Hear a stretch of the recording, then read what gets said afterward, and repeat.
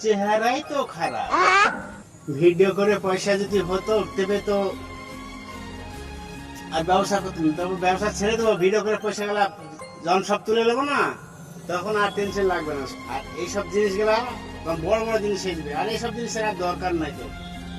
আর YouTube ফেসবুকে আমরা তো পছন্দ করছে না, আমার চেহারাই তো খারাপ, পছন্দ হবে কি করে?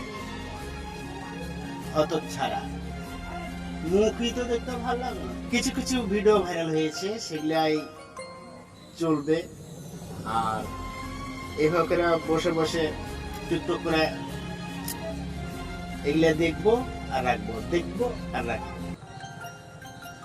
আর আমাদের কপাল যদি ভালো হতো, যদি মেয়ে ছেলের সঙ্গে ভিডিও করতে পারতো, সেটাই তো পাই না। লোকে টাকা দিতে পারছি না আর ভিডিও করতে পারছি না।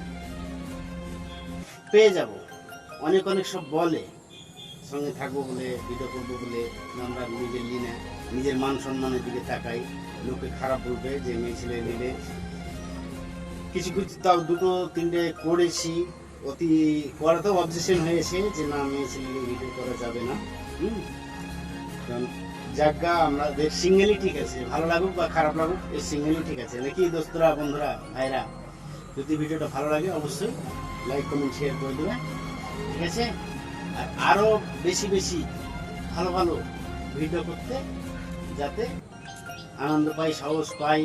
আর কারণ হচ্ছে কি, তোমরা যদি লাইক কমেন্ট সাপোর্ট না করো তবে ইচ্ছা হবে না। যত লোক সাপোর্ট করবে আর যত লোক ভালো বলবে, খারাপ হলেও ভালো যদি বলে, তবে মনের মধ্যে একটু আনন্দ থাকে, ভালো লাগে ভিডিও করতে।